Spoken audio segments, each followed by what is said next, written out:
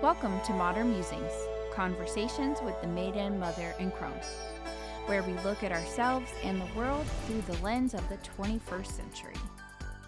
Hello and welcome back. I'm your hostess, Kristen, and I'm here with my co-hosts, Amber and Cindy. Hello. So this week we're talking about body grief and the way we communicate with our bodies. And I've heard some terms thrown out. Body Grief, I believe, is actually a book. I haven't read it, but I saw that title and I was like, oh, body grief. I feel that. I have grief over my body.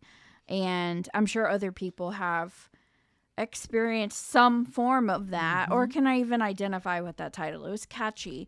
And there's another one that I've heard thrown out there that I believe is also a book. Yes. The Body Keeps the Score. Yes. And that one is about how your body actually is impacted by your overall health, mental state. Yes. Impacts your body. And a couple of weeks ago, on one of the other podcasts, we were talking about mind magic, I believe, on that episode. Mm-hmm. We, we're talking about how we talk to ourselves, right? And that narrative that goes on. And one of the things that I had mentioned was how I had just, happened to walk past the mirror when I was undressed, and I made a face to myself. I made a grimace to my other person on the other side of the mirror, a face that I wouldn't make to a stranger on the street or my friend or a family member. I wouldn't make that face, to anyone. To anyone. Yeah. And, let alone a stranger, but I made it to myself. And it wasn't I'm having a bad day kind of grimace. It was ugh. That's the sound that my face made, Oh, and that's every time I look in the mirror. So that was the, subtle, but actually very vivid body language that I communicated. And I was like, oh, wow, there's some grief there about my current body, and so I wanted to talk about that topic today because, I feel like we can all kind of resonate with that. And what exactly are the different types of body grief that people may go through? You may not have the same, response to your body in your season of your life that maybe I have, but you may have one similar for different reasons. Right. Mm-hmm. And so I kind of want to just talk about what our personal body griefs may be, and then we can talk about, the way we communicate with it. And then, we can also touch into the body keeps the score as well. Yeah. So, that was my body grief. I think that when I heard that topic, I was like, oh, yes, I resonate with this because I have grieved the body that I've never had, or pretty much assume I've never had. And it's one that I see, the common, atypical female body,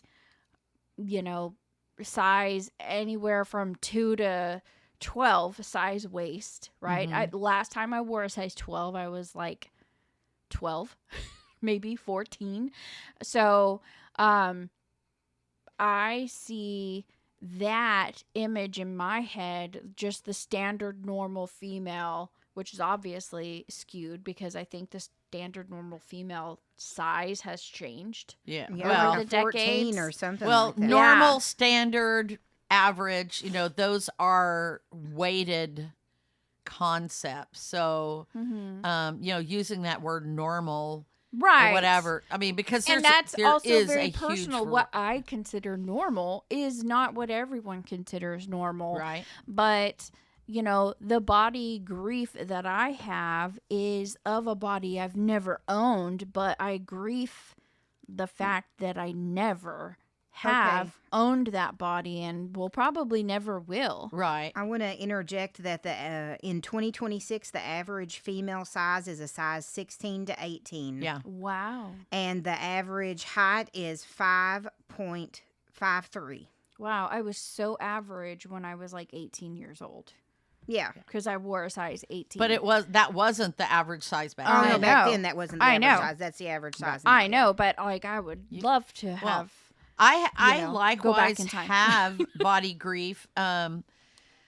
I was always told that I was overweight or that I was fat or that I had a little paunch that I needed to get rid of or I had a bubble butt or whatever, Well, and so I was back in your day, like if you were more than a stick, everybody was told that. well, yeah, I mean, really, they still do. They tell everybody that still, and so I was, there were points in my life where I was like a size 4. And you were still too big. And I was still too big. I Yeah. was trying to get rid of parts of my body that is not supposed to be invisible, right? But I didn't, because they airbrush models in magazines. And people didn't realize that back then. No, they didn't. The industry hid that fact. And because all of the models are like 5'8", 5'10", they are 100 pounds. They don't eat. They use a lot of methamphetamine. They smoke cigarettes. They're super skinny. And they still airbrush them to make them even skinnier. And so then when you're looking at someone who has a totally different body shape like mine, I'm 5'3.5". I have to add that half in there to make myself feel a little taller. And I was not abnormally shaped, but I felt short. And then because of that, your BMI is changed, and then that makes you look a little different because your legs aren't as long and your torso is not as long and clothes don't fit you the same way. And so when I was young and I had that smaller figure, I had this false notion that I was fat. And then now I look back at myself when I am clinically obese, and I say to myself, gee, if I'd have had a better body image of myself back then, I probably wouldn't be where I am right now. Yeah. Yeah. Seriously. So I get that. And I think, Kristen, before we started recording, you were talking about some of those other kinds of body grief, but I want to hear Amber's perspective on her body grief.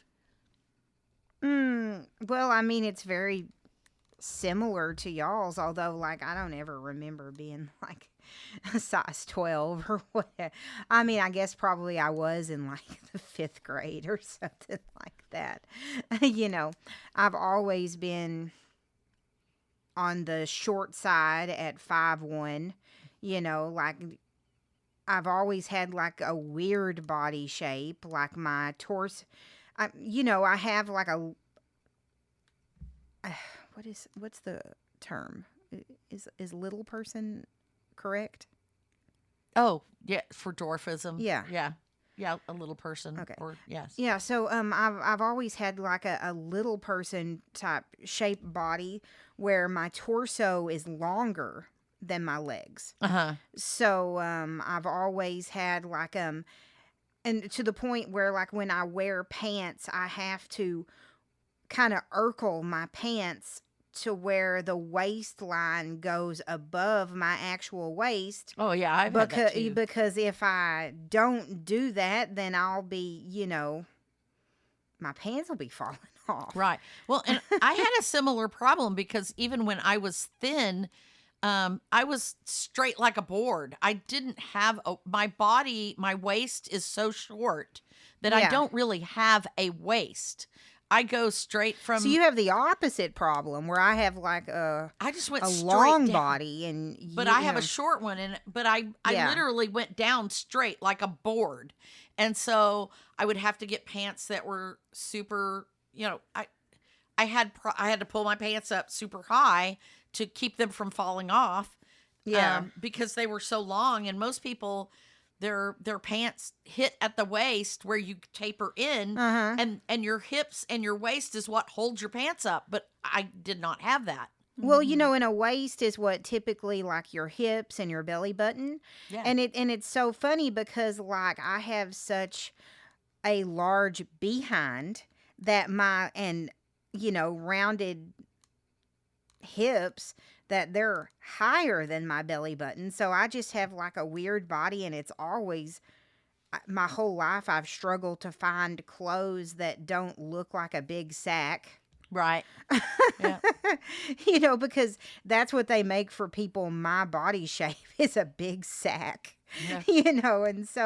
And I like to, so I feel like the first part of my life I was very not fashionable because my mom struggled finding clothes For your me age appropriate. and Yeah. age appropriate, and like ones that, I was a little bit more curvy than all the kids my age, and not just because I had like a big belly, because I had curves, and so it is just very difficult. So I feel like I've always kind of struggled with like that whole grief thing, like Kristen was talking about, looking at herself in the mirror, and kind of like, ugh, no matter how skinny I was or have gotten, I've always had like the curves, Right. and just like the difficulties.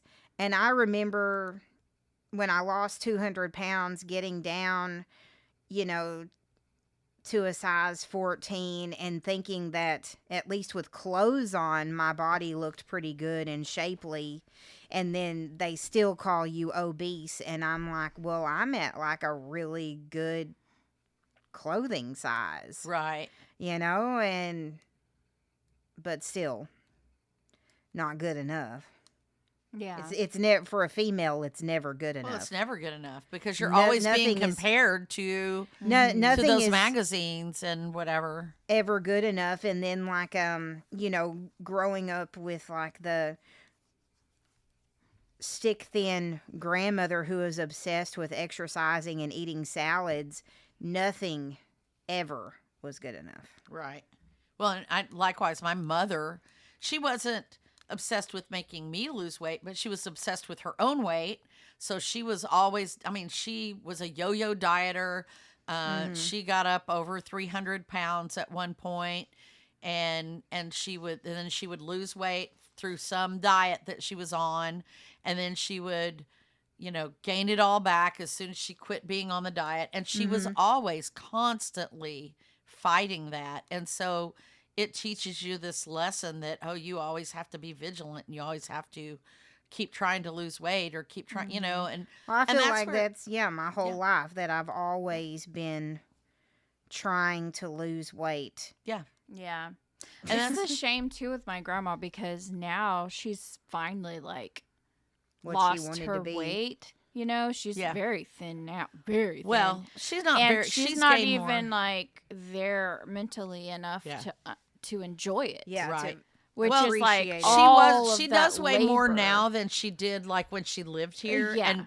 And she was still obsessed with her weight. Oh, I can't eat that because I'll gain weight. Right. Yeah. That kind of stuck with her, but yeah, at that point she couldn't even enjoy like the fruit of her labor because she Right. wasn't even like able to, Right. like mentally. Well, And- even then she had dementia, so it was really she wasn't remember Right. to eating. Exactly. Right. Yeah. Yeah. And it's like for me, like, wow, there's even in that, like I grieve that for her. Because Right. I know how important that was for her. Like Uh-huh. I remember dieting with my grandmother. Right. You right. know, because Because she was the one who put you on diets. yeah. It wasn't Oh, me. yeah. It wasn't me I putting think you she on. liked having that other person to do it with I her. think so too. Yeah. But that really bothers me because I think that is probably part of what. Put like knowledge in my head that I didn't need because Yes. I didn't know that I was overweight until someone told me I needed to lose weight or that I was Right. overweight. Right. Because I had no problem with my body until other people started Mm-hmm. making it a thing. Those Then it became Evil a thing. kids in school. No, it wasn't ever the kids. It was always my family. Yeah. So Yeah. it's interesting like that because Well, and I know I played a part in that too because I remember distinctly one time I had not seen you naked in a while. You were probably like 13 or something, maybe. You may not have even been that old, but I remember you were taking a bath or something, and maybe you were taking a bath with Steven or something when he was a baby. I don't know. Oh, I wouldn't have been 13. Okay. Well, Yeah. you may have been younger than, I don't know how old you were, but you were taking a bath, and I went in and I saw that you have, and maybe you remember this, that I saw that you had stretch marks, really prominent stretch marks on your tummy. And it freaked me out because for me, that's like the primary sign that you were headed into obesity, right? Oh, yeah. And it freaked me out. I remember it just freaking me out that I saw those, and I kind of like had a little panic almost about it. And I remember that. I thought I was in trouble. yeah. But I wasn't mad at you, but I didn't know how to react to that because my fear was, oh my God, here's my kid. Maybe you were 10. I don't know. You were pretty.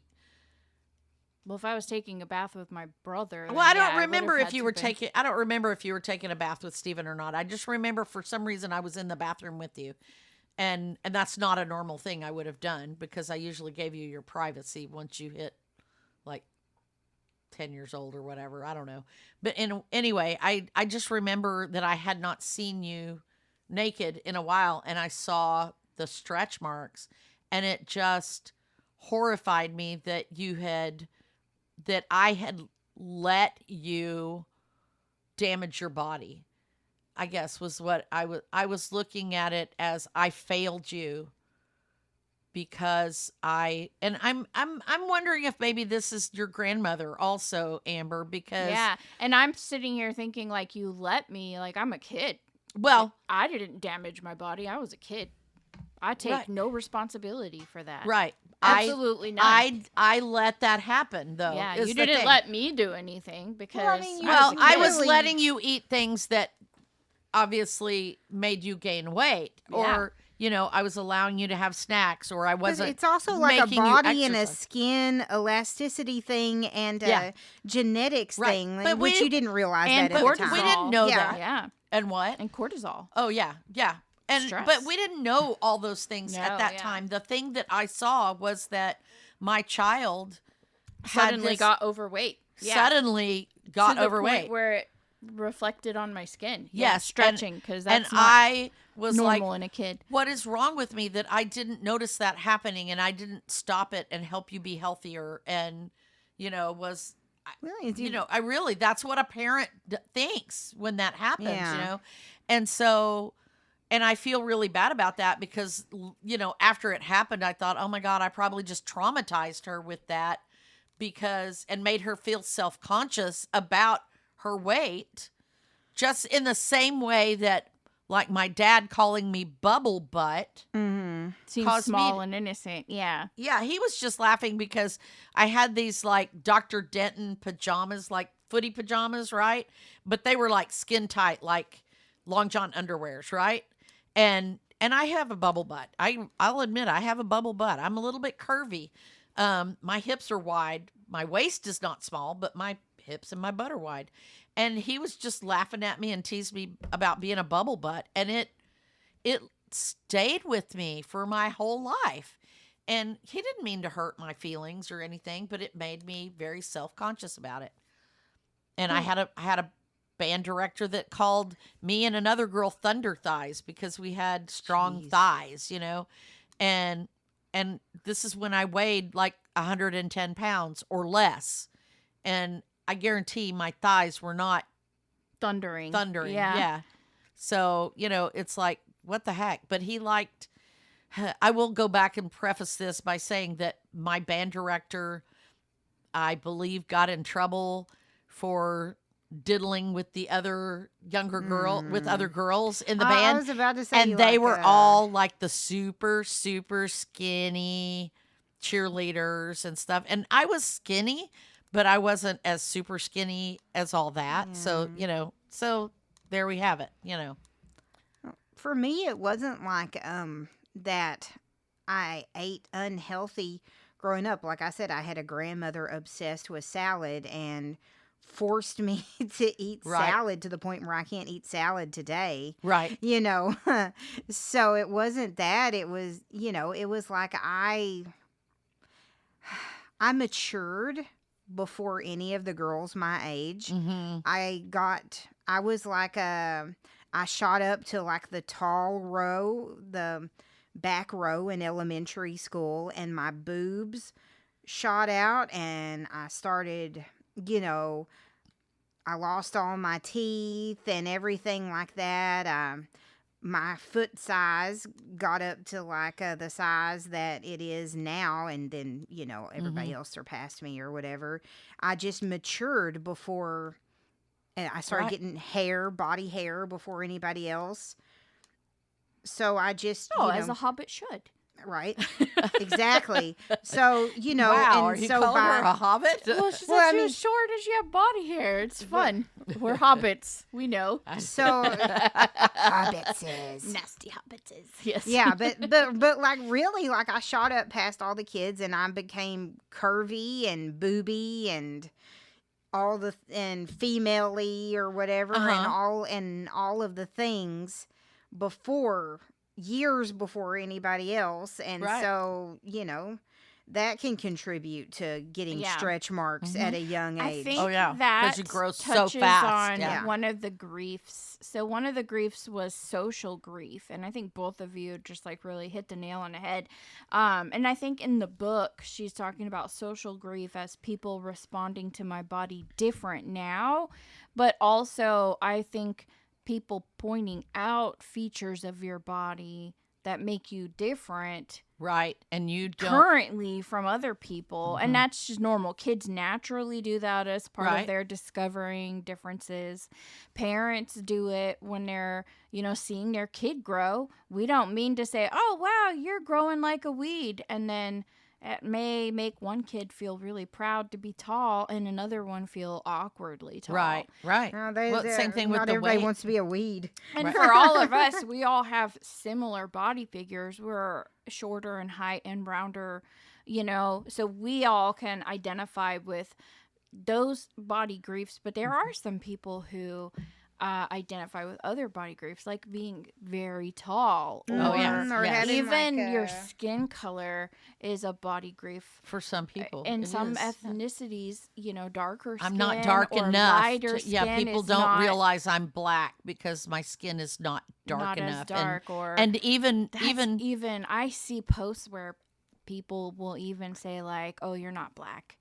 yeah, I see it Yeah. where Well, where it's- black people do it to Exactly. each other. To each Yeah, other. yeah, it's yeah. really interesting because like it used to be the opposite. The lighter skinned black people were revered, and then the darker skinned Well, weren't. that And was now because it's they like, yeah, I fit in. know. Yeah. I think And so it's now just it's the like the social circles that opposite people are of in. like Yeah. now it's like the lighter skinned black girls get bullied compared to like Mhm. and it's also the same in like Hispanic culture. If you look blonde or more Or you have blue white eyes, and you yeah. have blue eyes, Mhm. and then also, and this has nothing to do with the body, if I've seen like bullying with Hispanic students that don't speak Spanish. Right. Mhm. Yeah. Yeah. And that's something that makes you feel fitting in. Yeah. Even it is. so I could see Yeah. that, because even like when you're standing with a group of people and you don't feel like you fit in, you yourself feel ostracized from the group. Yes. And so social grief can go either way. It can be people responding currently to your body now, how it makes you feel disconnected, or it could even be, just not feeling connected to society anymore and because of your body's That goes back change. to that thing, the episode that we did, feeling seen at any age, because as we age, women are kind of dismissed and minimalized because we don't look like young, beautiful young women anymore. And that's when we we gain weight or whatever, and then people just quit noticing us Yeah. because of our shape, or or we have gray hair now, so now you're suddenly no longer attractive because your hair is gray. It's like, I don't know. Yeah, I think sometimes too, like being in that middle age, I don't feel like I look old enough to be a responsible adult who's wise enough to say I've lived some years. Right. Because I'm in between, and I have kind of a cherub cheek face. Right. And You so- still There look very is young. I still nothing look young. wrong with looking young, Kristen. But I don't look like the Gen Z, right? Right. I don't look like a millennial or a Gen. Well, and I'm Ashley- in Well, between. you look like Ashley- a millennial. Ashley has the same problem because she's in her late 30s, but people often think she's in her 20s, her early to mid 20s, because she has those cherub cheeks and that little rounded face, and she's short too. So were you- people, and she dresses very youthfully, and so she is in management where she works, and they often think that they're talking more to a cohort than a boss. Yeah. And I've noticed that in the workplace because I have felt discriminated against by members of leadership who told me that if I wanted to be a leader, I needed to look a different way or wear makeup. Right. Which I was really offended because I was actually wearing makeup, but my choice of makeup was not like contouring.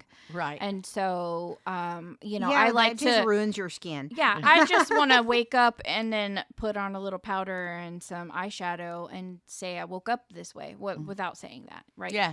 But, I don't want to look like I go through all that effort. Right. I want to look like, Well, wow, a lot of people- minimalist effort. A lot of people have a problem. That's another body grief, is that they want to be accepted for how they look naturally. Exactly. And And that not is- feel like they that- only look good when they have on makeup. Exactly. And that for me was a pivotal moment in my life when I said, you know what, I'm just going to stop wearing makeup and then we'll see what people think about me and Yeah. how they respect me. And I'm in management. Yeah. And I am a revered leader amongst my coworkers and within the company. And I don't wear makeup to meetings. I've sat in a Zoom with the vice president and I was not wearing makeup. Right. And I still am respected and I still have my job. So, and the people who put me in the position, they like me. So whoever that was who doesn't work at my company anymore can just go take it, but it took me many years to get to that point because there was always that shadow of doubt that am I, hindering my career because I'm choosing to look like myself. Yeah. And likewise, I have that same problem because I am a face forward person. I market my own company. I interact with the public with my business, and I don't wear makeup. And sometimes I feel like, am I hurting my company by not looking as quote unquote professional as I could by wearing makeup? I would like to interject on this that I wear makeup because I like wearing makeup. Now, I will do say- like wearing makeup. I do yes. like wearing makeup, but I don't want to wear it all the time, and I don't want to have to wear it. And you know what I don't like about it is when I do wear makeup, Everybody notices. everybody notices and I get, Oh, and they're like, "Oh, you're wearing makeup." yeah. Oh, where are you going today? Yes, Yeah. yes. Or, oh, you got someone to impress today. And that bothers me Well- because, no, I actually just wore makeup because I like playing with the eyeshadow. Well, and I colors. actually had a husband, a former husband, who, when I wore makeup, because I usually didn't wear makeup, but I put makeup on one day, and he was like, "Who are you trying to impress?" Well, I don't. And I really- wasn't, I don't wear like a ton of makeup like Kristen's. Like I wear powder, and I do like the, what is that called, under your eyes, because concealer, if I didn't do that, I'd look like Right. You were sleepy. somebody punched me in the face. Right. Yeah. Because I'm at that age. But also when you lose weight in your face, it hollows out your eyes and stuff like that. So I wear concealer and then I wear powder, so I don't wear a ton of makeup. So if I was sitting here not wearing makeup, I have a bit of rosacea, so my face would be a little bit red and you could see that I have some freckles. But Yeah. Yeah. I have the same thing. I have a little bit of rosacea. I have dark circles under my eyes because I have allergy shiners. I have dark spots, sunspots or whatever, because I've spent a lifetime out in the sun without sunscreen and and things like that. And I have as I age, my eyelashes have grown lighter and lighter, and the ends of them have no pigment in them. So they're not any shorter than they ever were, but there's no color in the ends of my eyelashes. So I have to put on mascara so that you can actually see the length of my eyelashes. And same thing with my eyebrows. I have so much gray hair in my eyebrows that it looks like I don't have hair in my eyebrows. And mine look like that too. Yeah. So I put a coloring on them especially in the summertime when it's and I think that's like my big thing about like wearing the makeup that I wear is that it's also an SPF. Right. And although I will say the SPF in those is not very strong usually. It's like a 6 or whatever. Yeah, but it keeps me from being like burnt. Right. And when I take it off, I don't look sunburnt. Yeah, yeah. So there's that. Well, and I never sunburned. My face, I hardly ever sunburned. I have so much pigment in my skin that I didn't really sunburn, but it's still, the sun does damage even if you don't sunburn. So I have the Irish pigment in my skin, although I'm not as clear as my husband. He's see-through, as one of my coworkers said. He is see-through. She told me I was see-through. His whole his skin pigment has like a real reddish tint to it when he's out in the sun, and like everything is like white blonde, So I at least have a little bit of reddish dark to me. So what are some of the other body grieves? I would love to, because we were talking about them earlier, and I wanted to address some of those also. So, and I think we've kind of touched most of them. So past body grief is what we're actually mourning is I used to look like, feel like, or be able to. So we've been talking a lot about the appearance, looks, right? But there's also feeling, because your body is, as you age, totally just nerve receptors everywhere. You feel everything, and you can feel your legs when you're sitting. And one of the things that I kind of grieve now in this age, which I think a lot of people can identify with, is I remember back when I could just lay in bed all day. I cannot now because it makes my hips hurt. Like it's uncomfortable to just have a day of rest. I have the same, I want to be physically active, but as a 61-year-old who has done a tremendous amount of damage to my body from being overweight or whatever, my knees are all mucked up, my feet are mucked up. I can't physically get out there and run a marathon and so what does that grief look like? And that's what it is. It's yes, that feeling is evident, but it's the grief that we experience from it. Because we all experience aging bodies, changing bodies, not meeting the standard that everyone projects on us.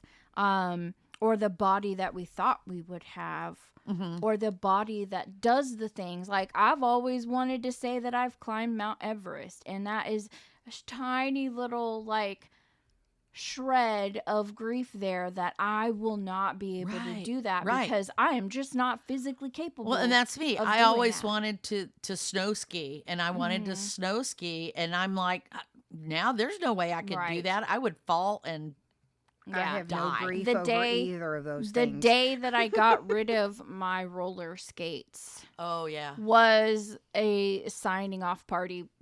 It really silent, sad, because like I had this idea of roller skating again because I used to do it so much when I was a kid and I loved doing it. But even as an adult, I got back on the skates and I was like, oh yeah, I can do this. And then I kind of stopped for a while. And then there's like this fear of like falling and hurting myself. yourself, breaking a bone. Yes. And that, when I got to that point in my life where I wasn't invincible anymore, Right. when I felt that way realized with riding my bike. Mhm. I'm the same way with my bike. And my husband and my son did mountain biking, and I wanted to do it so bad. Mhm. And I got a mountain bike, and I got out there, and I was terrified. Mhm. I was terrified of falling over and hurting Yeah. myself. And so those are the things that you kind of keep, right? I kept those roller skates for a long time because I was in denial that someday me was going to be able to roller skate again. And finally I was like, you know, I've moved like 4 times. And each place I moved to, there was little acorns and little rocks and sticks on the sidewalk, which were the things I was afraid of. Because when you roller skate and you hit one of those, you just kind of stop. stop. Yeah, and then you go flying, and that's when you're going to break your wrists or your ribs, you know. And so then I was like, okay, there's fear, there's grief, there's all these emotions Right. now also because I feel guilt because I have these roller skates that I purchased that I never used. And now I'm carrying all of these excessive emotions. And now I need to just, you know, mourn properly the loss of that life that I never had or can't have again. And I think that's one of the things like about it is like, don't continue to wallow in that grief. Right? Right. But to get past it. Right. And accept it. Well, and that's part of that. And I'm learning this from, I started a book a while back, and I haven't read a whole lot of it, but it's called The Wild Edge of Sorrow by Francis Weller. And the subtitle of it is Rituals of Renewal and the Sacred Work of Grief. And it's all about living with grief and learning to not suppress grief, which is one of the things that we tend to do.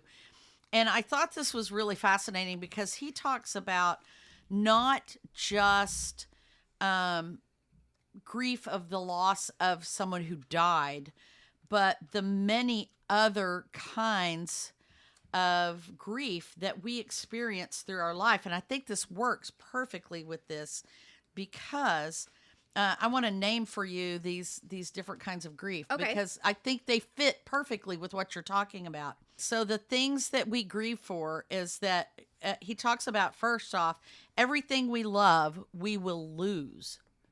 Oh, very true. You know, so if you're like, if you loved your body, it's not going to ever stay the same. Nothing ever stays the same. And so I thought that was a good thing. Number 2, the places we grieve for the places where we have not known love. So we grieve. Think about this in terms of your body grief. You know, if we did not have love for our body, we are going to grieve that because that is something we have always wanted, was that love that was there. Okay. We grieve for the sorrows of the world. So, you know, this is where we grieve for, in his thing, we're talking about that, you know, we're killing off the planet or whatever, you know, things like that. But we also grieve for all of the other people who feel the same grief that we do. Right. Right. And then we have, we grieve what we expected and did not receive, which was, that's where we've, you know, if we talk about this in terms of this body grief, you know, you've been working. That's the imagined body grief. Yes, Yeah. you wanted this body. This is the Someday body you've been. Someday I will have this body. And you get to this point where you realize I will never look like that. Right? And then there's ancestral grief. And that's the grief we carry in our bodies from the sorrows experienced by our ancestors. So that would be things like, well, I mean, there's probably a little bit of that even in our body grief, in that we're talking about, like we grieve that women have been forced to look a certain way or whatever.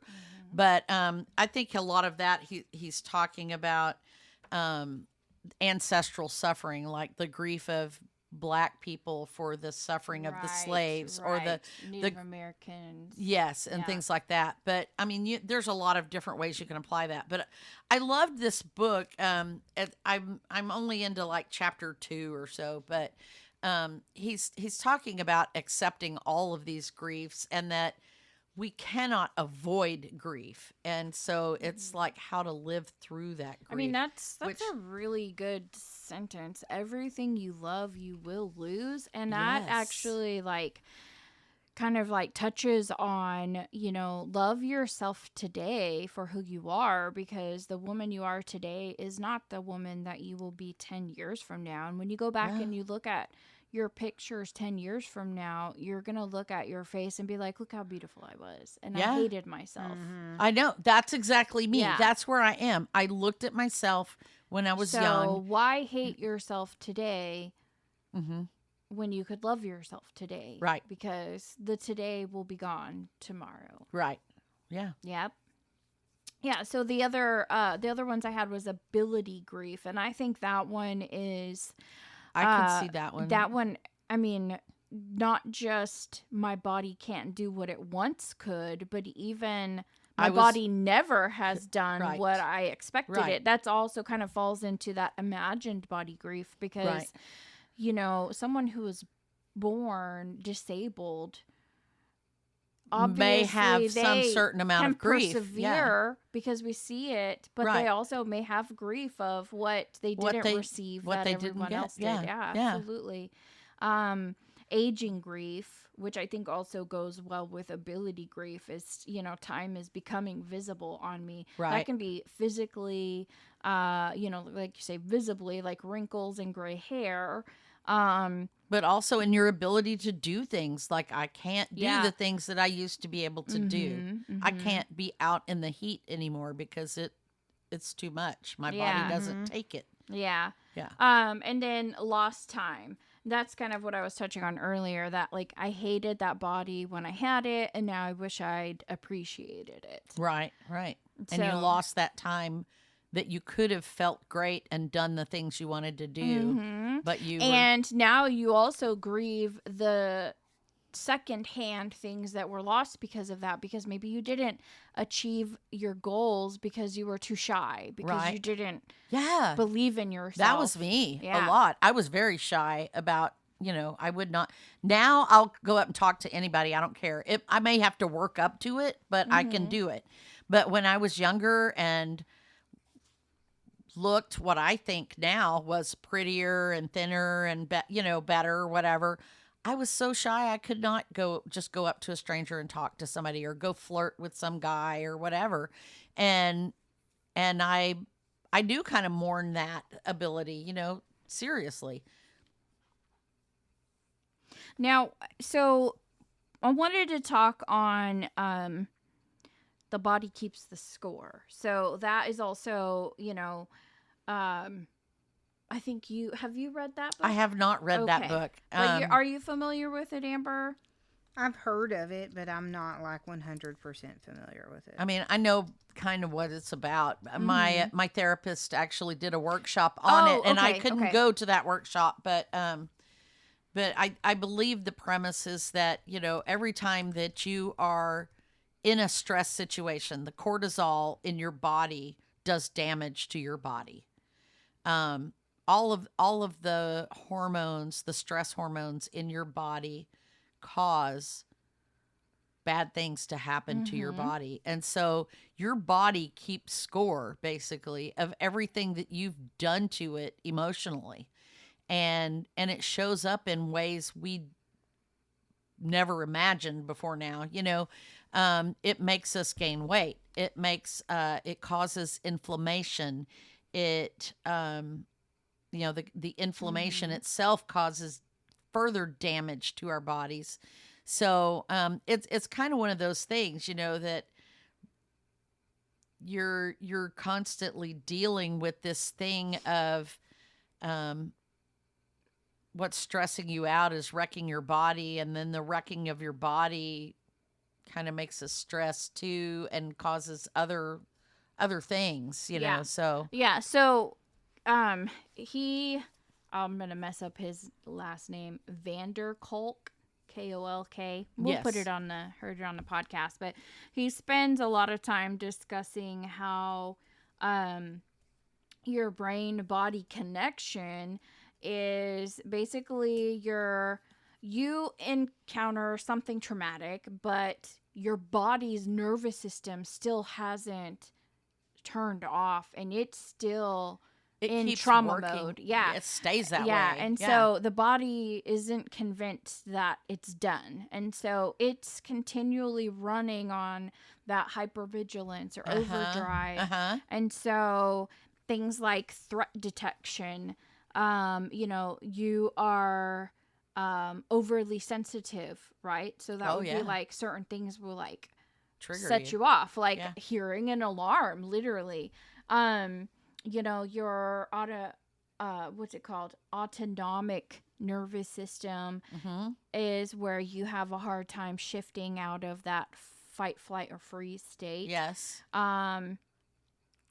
Your attention becomes oriented towards possible danger. And then so there's your body awareness, which is the physical sensations become frightening, overwhelming, or disconnected. So even just like receiving, a hug can even trigger you. Right. So, and it can impact other parts because your body is still alert. And that was actually something that my chiropractor was talking to me about, because I have in my lower back these muscles that haven't relaxed. Right. I have some of those too. Yeah. Even muscle relaxers aren't helping. And we've been doing massage. We've been doing, different stretches, muscle relaxers, ice and heat.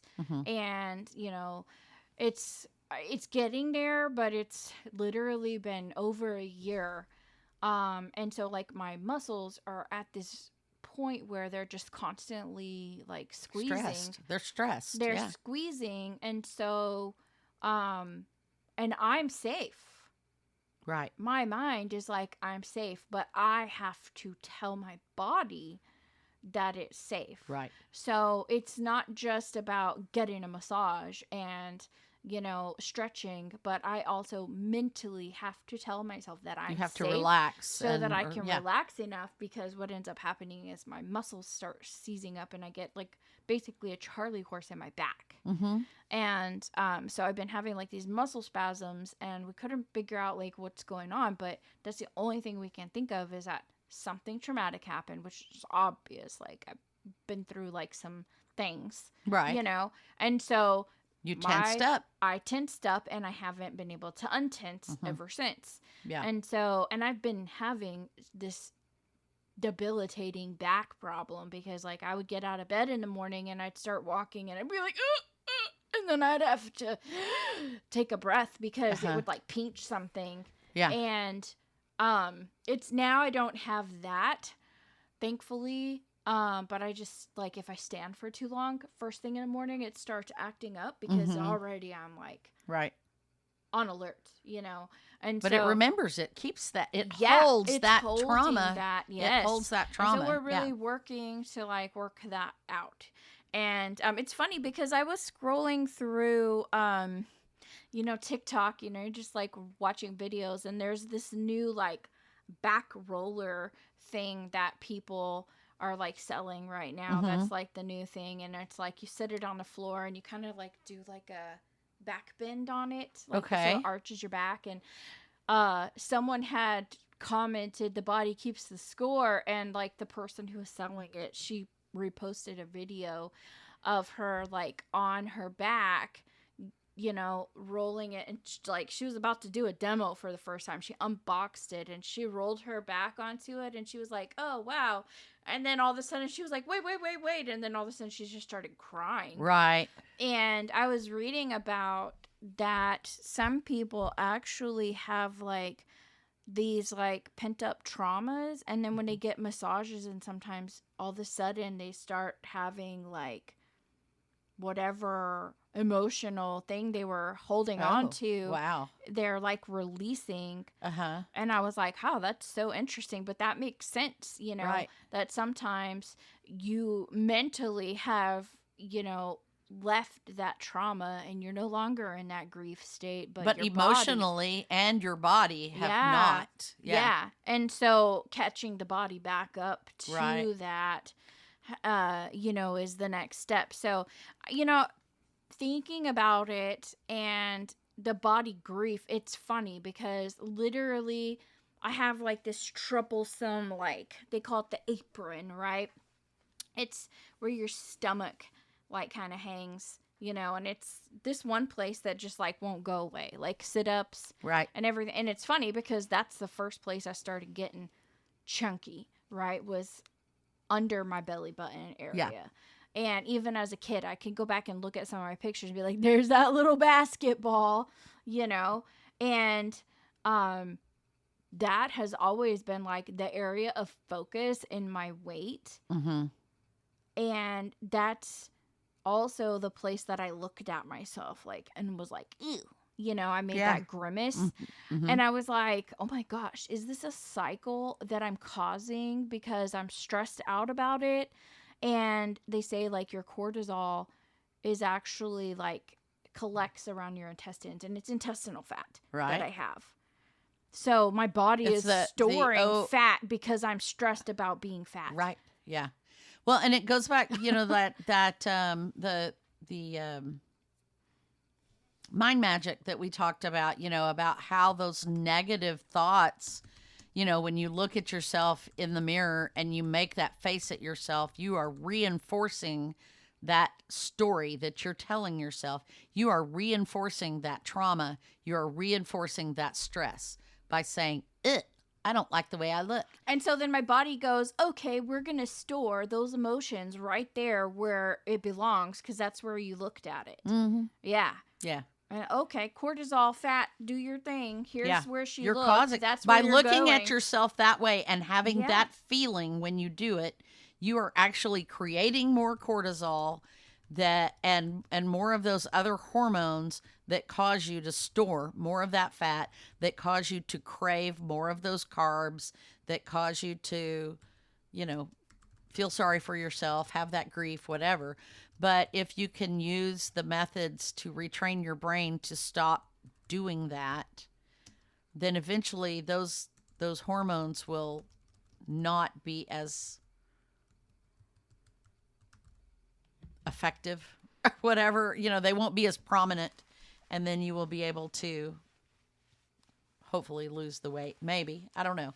But the point isn't about losing the weight. It's about getting, and that was stopping the whole cycle. And that was the whole point of the mind magic thing, is that once you stop that cycle of negativity, then the good things start to come to you without you even trying. That's how you manifest things, is by stopping that negative cycle. And it's not because some magic is happening out in the ether, the universe is smiling down on you because you're all zen now. It's more about the chemistry of your body, the way your brain works. And when you stop being so negative about those things, it retrains your brain and you quit making those stupid hormones that are making everything bad. Yeah. Yeah. I want to touch on one thing. I wanted to talk about it really quick before we left the body grief topic. I wanted to talk about body dysmorphia. Oh, yes. Because there are people, that is another kind of body grief. I don't think it really was touched on by those other things. And there's differing degrees of body dysmorphia, and for different reasons.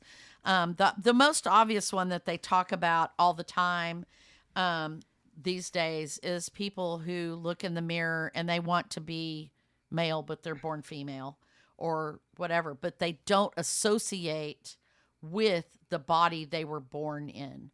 And that is a very different kind and a very strong and powerful kind of body grief, to look at yourself and say, I am not a female. I should have been a male. Mm-hmm. And to hate and grieve, hate the body that you're in and grieve. You're not only hating the body you're in, but you're grieving the fact that you didn't get to have that male body or that female body, whichever the case may be. So there is that one. That one is very real, and I want to make sure that we acknowledge that. And then there's another kind of body dysmorphia, and that's where people, and this one's one I kind of suffer from a little bit. You walk around and in your head, you envision the way you look, right? Mm-hmm. Maybe you see yourself younger, maybe you see yourself thinner, prettier, whatever. You imagine yourself, this is the way I look. And then you look in the mirror and what you see is not what you've been imagining. Does that make sense? And that may be part of your making that face at yourself when you saw yourself naked, right? Mm-hmm. Because in your mind, you're seeing yourself like when I close my eyes, I see myself as a size 12 because I used to be a size 12. And I maybe think of myself as 30 years younger and, my hair's not gray. And that's what I envision myself as being. But when I look in the mirror, it doesn't line up with the way I feel, because I feel like I should still be whatever. It's not that I used to be that and I want to be that. It's that I feel that disconnect, Mm-hmm. that I'm not, when I look at myself in the mirror, I don't recognize who I am because that's not what I imagined that I was. Does that make sense? Yeah. Yeah. So that is another kind of body dysmorphia, and that one can cause a lot of body grief too. And that one can extend to the point where people actually don't mentally recognize themselves in the mirror. I mean, it can, as a psychological illness. I don't remember all the details of it, but there are people who, when they look in the mirror, they do not recognize the person they see. Yeah. So it can go from just this small thing where I thought I looked younger and now I look at myself and I don't, to Literally, I don't recognize the person in the mirror. Yeah. Yeah. don't recognize the person in the mirror. Mm-hmm. And I don't know how to explain that, but I can imagine what it would feel like to look in the mirror and see a stranger, a complete stranger, looking back at you. Mm-hmm. And that would be very traumatic. And yeah, to not recognize yourself. So, yeah. Well, I'm interested in the book that you mentioned as well as checking out those other two. Yeah. Because I feel like they're very relatable. And I'm curious what other people's thoughts are. Yeah, me too. If you've experienced a similar, or maybe one of the body griefs that we haven't mentioned. Yeah, I would like to know how that affects people, or different kinds of grief that other people have experienced with their bodies or whatever, because I'm sure there's a lot of different ways. I mean, just like any kind of grief, it's very individualized, and I'd like to know if people have been able to get past that grief, and if they did, how did they come to live with it? The book about the wild edge of sorrow, he talks about living with grief, like the fact that when you are in grief, it never really goes away. It's always there, and he calls himself an apprentice with sorrow, because he feels like he's learning to live with the sorrow. And that's the whole thing, is that you learn to live in that condition. You really are, because even as a child, babies grieve things that, are just baby life, Right. And so it's really interesting concept. And like I said, I would like to finish the book and do a topic on it, but I felt like it was worth noting that it kind of goes with this because absolutely. Yeah. Well, what are we talking about next week? So next week, I want to talk about a TED Radio hour that I heard back last fall, and it's on time, meaning, and attention, and it's kind of like what we do with our time and why it matters. And I'm really excited to bring this to you. It's like several different concepts that kind of come together in one. So I'm anxious to share that one. Sounds good. Well, definitely check out our Heard It on a Podcast where you can see those books. We'll connect those so you can see the authors if you're interested in checking out those books. And I'm looking forward to next week. Again, thank you so much for joining us this week and continuing to be our listeners. And we'll catch you next time. Bye. Bye.